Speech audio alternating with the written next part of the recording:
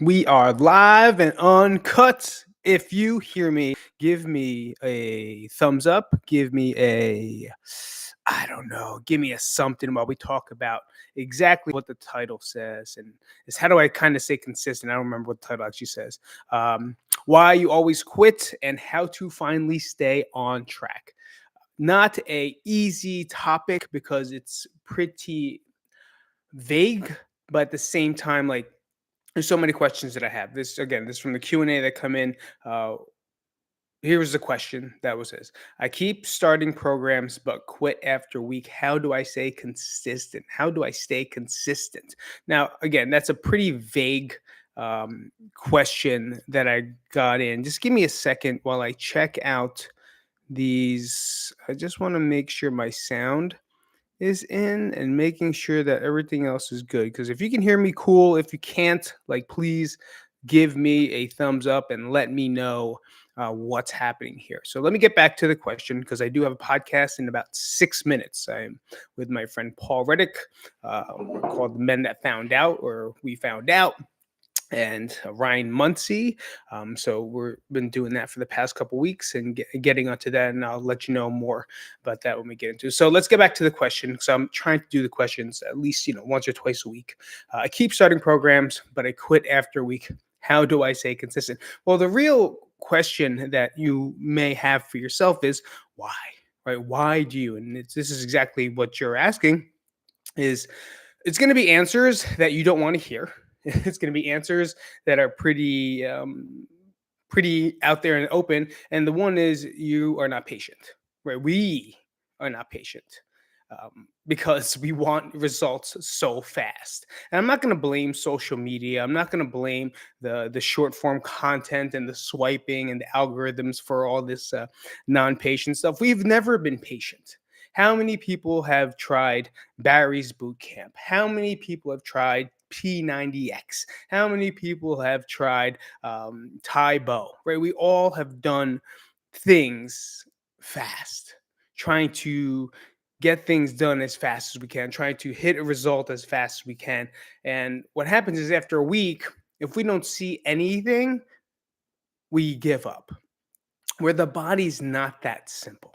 Now, you may have a friend that has told you that they had some type of experience, some way, and usually they're selling you a product when they're doing it at the same time and pulling you into their meetings. But for the most part, there's some of those unicorns that, yeah, if you fast or you go on a cleanse for a week and don't eat anything and you starve yourself, you're going to see initially a result, right? And that's why they do it. That's why a lot of the diet you'll get onto is like, all right, first thing we're gonna do is we're gonna cleanse.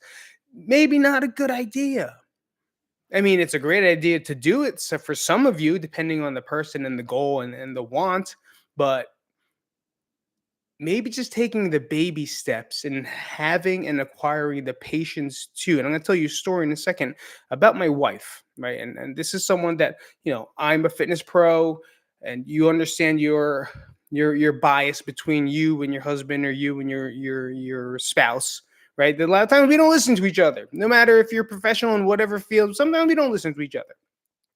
And for me, it's hard because she doesn't take my word for anything, honestly, because it just comes from me. So it's called uh something biased. I forget what it's called. When someone close to you, you just don't believe them. Like quarterback, I want to say, my God, why can't I think? No, it's not Peyton Manning. It's not Joe Montana, maybe Joe Montana, maybe someone else in that time. I think it's Joe Montana. He couldn't even teach his own son to be a quarterback because he completely is biased on his dad's opinion. Right. And that's kind of how it goes here. So anyway, we're not patient enough to hang on that long. But if that's the answer, if that's the one thing that you need, and it's the one thing that you kind of know that you need, why not give it another shot for a little bit longer rather than giving up so fast? You give up because you're not going to get the result. You're giving up because you're not getting off on it, right? It's like I always say, like a guy, going to the bathroom right back there, and one of those things. Like you're just trying to get off on it. You're not trying to accept it. You're not trying to change. You're not trying to do anything. Where the first 2, 3 days you are, But then after that, it's like, why do I even do this? What's the point? I don't see anything. I'm like, no, you're not going to. You're not going to see a difference for a couple weeks, right? Depending on the level that you're at. Now, if you're in full force 100% for maybe 2 weeks, you'll see some change, right? You'll see some adaptation.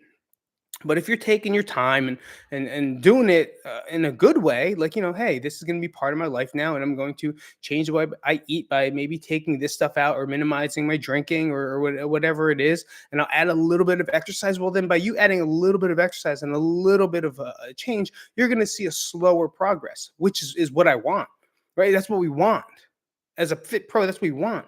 But everyone wants to crash. Everyone wants to go on the next best thing. Everyone wants to take a pill, which is fine too. But like after the pill, you got to keep doing the work. And without even you'll see that even with GLPs, right? I'm not against GLPs at all. Listen, if that's your choice, you want to take a GLP, do it. Have friends on it. My main thing is they have to have a plan for after. Right at the end of the day, if you lose weight, if you gain muscle, you lose fat, whatever, congratulations. But you still have to have a plan ahead. You have to have a plan. If you're on GLP, perfect. I'm good. Fucking, you got a good insurance plan that gets you a Burger came out. Insurance plan that's just giving you what it is you need, right? But in order to sustain that, you have to strength train. In order to sustain that, you have to build better habits. In order to sustain that, you have to start walking and moving more. Otherwise, you're going to be right back to where you were. So to answer your question, the only thing you need is patience. Right? And stop looking ahead. Stop expecting these outlandish results that are not going to happen so fast. Give it time.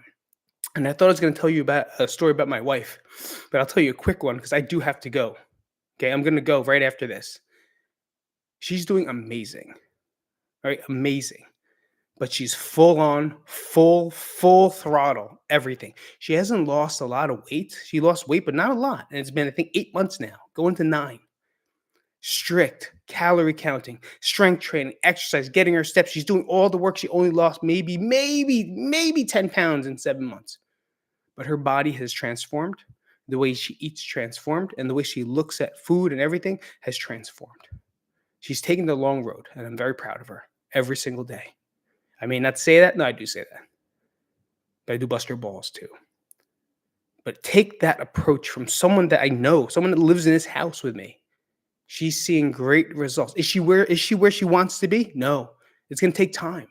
She did some damage, right? But damage control, they can't just build a new city once it blows up. Ooh, that was a terrible reference. Terrible, but I'd say it.